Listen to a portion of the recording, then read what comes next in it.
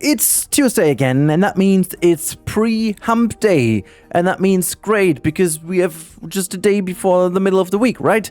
Well, and it is Zupedia release day, and here we are with a couple new, to be honest, 7 new animals confirmed. And today, I have some special B-roll material to talk about World Conservation Day, which is today. But I also need to talk about these new animals. They do not seem too exciting, yet there is something in there I find very exciting. But let's get into it. You see it already on screen. Looking at you is the American bullfrog, and that one is another exhibit animals. I feel like Frontier's about to tell us something more about exhibits very soon. Little disclaimer over here. I do not have any information on this. I seem like to have to say that again and again to make people aware that I'm not holding back with anything. At the moment, if I had, I would just gladly skip that topic, but I have no idea. But I have the feeling, because last week we had a couple of exhibit animals, and this week it's the same again. Well, to be honest, it's not the same again, but it's actually again scolds and exhibits and whatnot. I have the feeling they're hinting at something, because the more exhibit animals, specifically returning animals we get, the more I have the feeling there is something. But, you know, let's talk about my feelings about the exhibits at the end with the special B-roll material I have for you, and go to the next animal, which I found incredibly surprising. I haven't noticed for like an hour or two before I came back to my computer to actually record the video for you, and I was like, hey, wait a second. That is not the I was like, I did make a video about a giraffe in the Zupedia, didn't I? Which was obviously the Maasai giraffe. But what we are looking at right now is the reticulated giraffe, which is the one we had in the first game. Everyone, including me, thought that they were going for the Maasai giraffe this time around, which is funny because it's another one that is pretty common in zoos. But when you look at the status of endangered species, the reticulated giraffe is actually pretty endangered too. So it kind of makes sense to have it in-game when we talk about conservation and the efforts that the game will and can deliver. I'm just like very curious due to several reasons. I'll get to that at the end of the video, but keep that in mind. This is the second giraffe we have in-game, and we're looking at quite some returning animals already. There is quite a heavy list of returning animals in the game, or like in the Zupedia, I should say, by now. Which gets me really curious, because the last couple of weeks we also had like 7 animals per week, plus sometimes even some special reveals. And hold on to that thought, because there is something more we need to talk about in a bit. Anyways, there is a lot more. We also have the loach clown, or clown loach fish, whatever you call that one exactly. It is like, I think it's called a clown loach actually. I do have the pages available to me as well, but like I do find it a bit too much to go through all the pages in the video. That just makes it artificially long. We don't need that. But speaking of fish, artificial. Anyways, sorry for that one. 2 times dead, I'm allowed. This is a beautiful fish, isn't it? A beautiful fish. And I mean, I'm pretty sure that this one is coming in scold as well, but it's definitely not a hero animal for the waters. But we do have another hero animal. It's blown up, pretty stressed over here. And I just read an article about this lately from Planet Zoo. By the way, that's just like completely off topic, but I just found in my Chrome browser on the phone an option to let me read out web pages. And that comes in very handy if you're in the car, where you obviously shouldn't be looking at your phone. And I got this website, and my wife just tapped on that option, like read that out. And that was pretty damn good. That, like, I think it was AI feature or whatnot, but there was like all of a sudden 2 people reading out the article in a kind of conversation style podcast thingy. Whatever. In this article, they talked about the pufferfish that the Frontier was actually debating internally if they should bring in this action of puffing themselves up, blowing themselves up, because naturally, this is a gesture of stress, or like a stress behavior.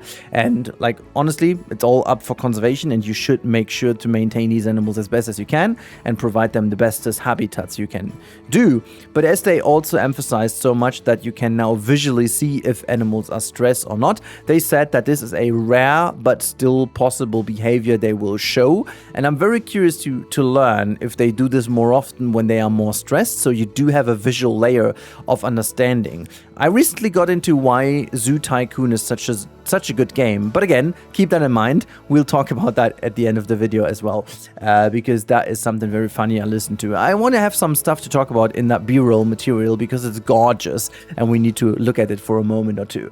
Anyways, the next animal we are talking about is the one we've seen a couple of times. Now we know which one that is. This is the Pacific Sardine. You sound German. Whatever is that one. A pretty common animal though, but also as a skull or swarm, also very, very common. Then we do have the golden traveler. That one is a pretty nice fish, I should say. Again, I'm not so much into fish. You can correct me if I'm anything wrong over here. But I mean, we will have the Zupedia, which will come in very handy for me for fish. Gotta say that. And the last one, and which is where I started, is the terrapin. To be more precise, this is the diamondback terrapin. Yet another returning animal from the first game. And there is something interesting about these pictures. Now, this one obviously over here looks a little bit darker, and it's specifically interesting because if you go all the way back to the first one, that is pretty much a very bright, but you can tell here to the back side over here, that looks like somewhat of an edge of the glass. Considering that in the first game, these edges were a lot more significant, this looks very different to me already. Obviously, you can't really tell the distance if that is a bigger or smaller exhibit over here. I don't want to even go into guessing at this point, but this looks different to what that one looks over here. It's darker, it looks almost like being inside. It could actually be more smaller, I don't know, but like it definitely showcases there are various ways of displaying exhibits again. Could be very well the first ones, but anyways, because I promised that, let's just throw on the footage over here of the B-roll material. And in fact, I can actually leave that sound on so we have some pure animal sounds. I'm gonna do this right so we have just that pure like nature in the background with the beautiful Scottish Highlands. And you can spot obviously the red deer, and in a second there's also going to be a golden eagle flying past us. It is absolutely beautiful. The material is beautiful. I love the flying over here. Very, very nice. And the size of these wildlife reserves seems to be pretty damn big. However, as promised, this week there's going to be a special video about wildlife reserves I'm going to do. I'm working on it. It's going to take a little longer because it's quite a good video, I guess, at the end of the day. But it's going to be good. Hopefully, it's going to be within the week or towards the weekend. However, one thing I wanted to speak about is why Zoo Tycoon was such a good game and why I have the feeling Frontier is taking back some of these ideas. I just recently saw that YouTube video talking about why Zoo Tycoon was such a good game and why the Zoo Tycoon brand kind of fell down. It's kind of a similar story to Planet Coaster, to be honest, versus Roller Coaster Tycoon. Yet the zoo games have all been rather good, and just the legacy hasn't been continued. However, one of the biggest success of the first game was the instant feedback on how your animals were doing by plopping down certain things into their habitats, and then all of a sudden you either got a positive, a neutral, or a worse kind of smiley, above their heads. It's been very simple. It's been very simple but super effective. There is a direct visual layer of displaying if your animal is doing good or not. And frankly, we can argue, but in the first game, despite the fact Frontier has stated that, and despite the fact there were maybe some hints, there was no real visual layer that gave you a clue to whether your animals are doing good or not. You had to click on each individual animal or on the habitat to look through a rather impersonal list of things to see if your animals are doing good or not, or you had to kind of hope to see that notification popping in amongst all these other notifications.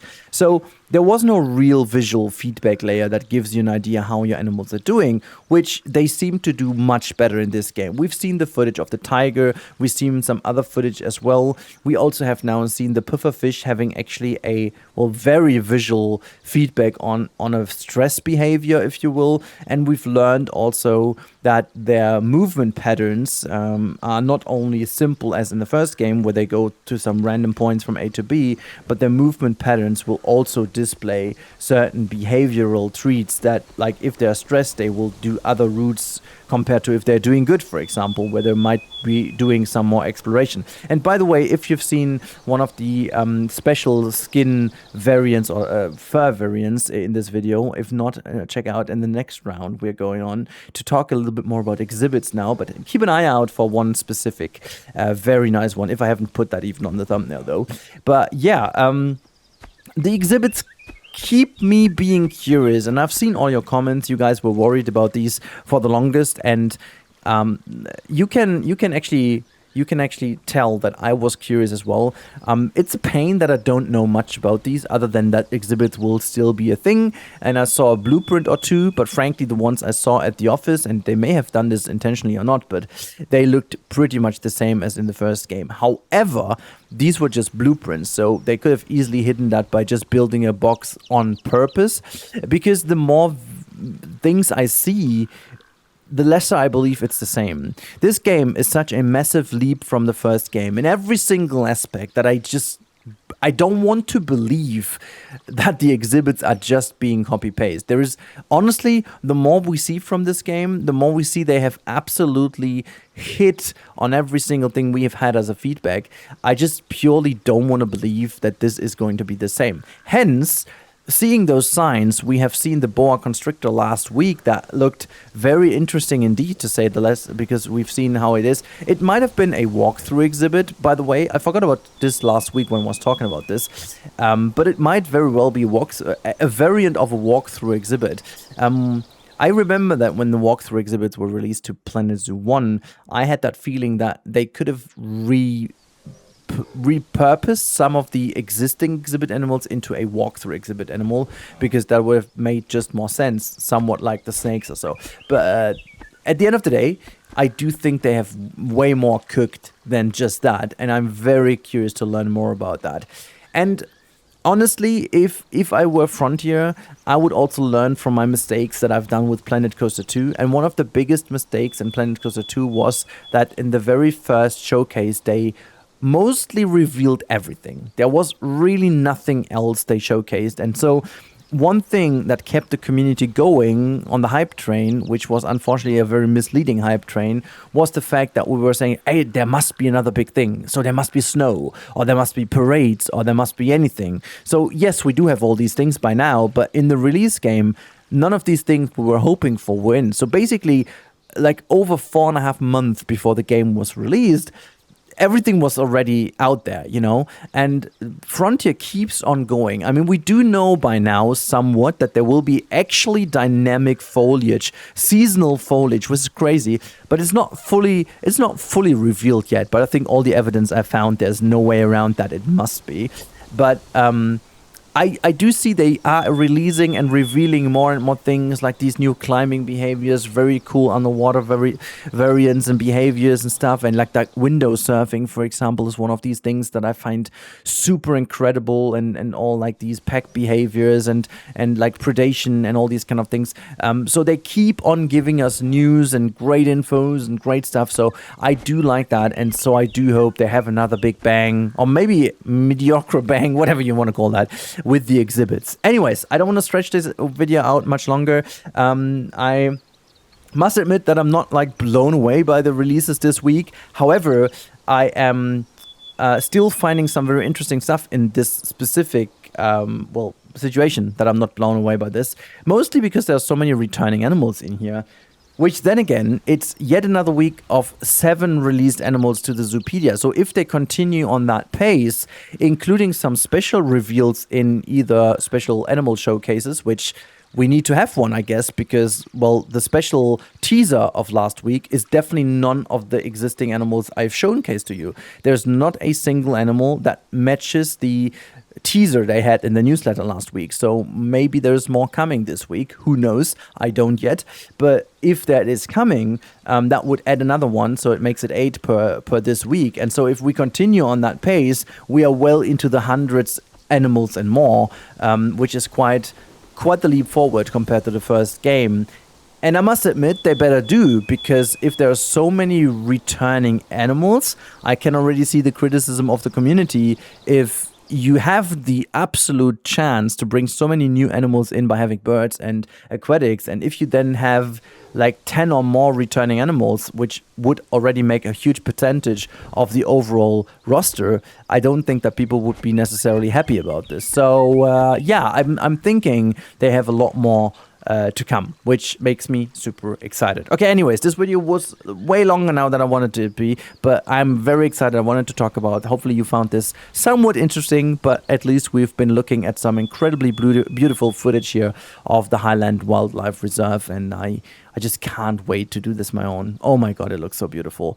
Anyways, gotta talk to you in the next one. Have a wonderful time, guys. I can't wait to do more about Planet Zoo 2. Don't forget to subscribe. Don't forget to hype the video if you like the content and want to make it seen by others as well. So thank you so much for your ongoing support as always. And I talk to you, well, as always, in the next one. Bye!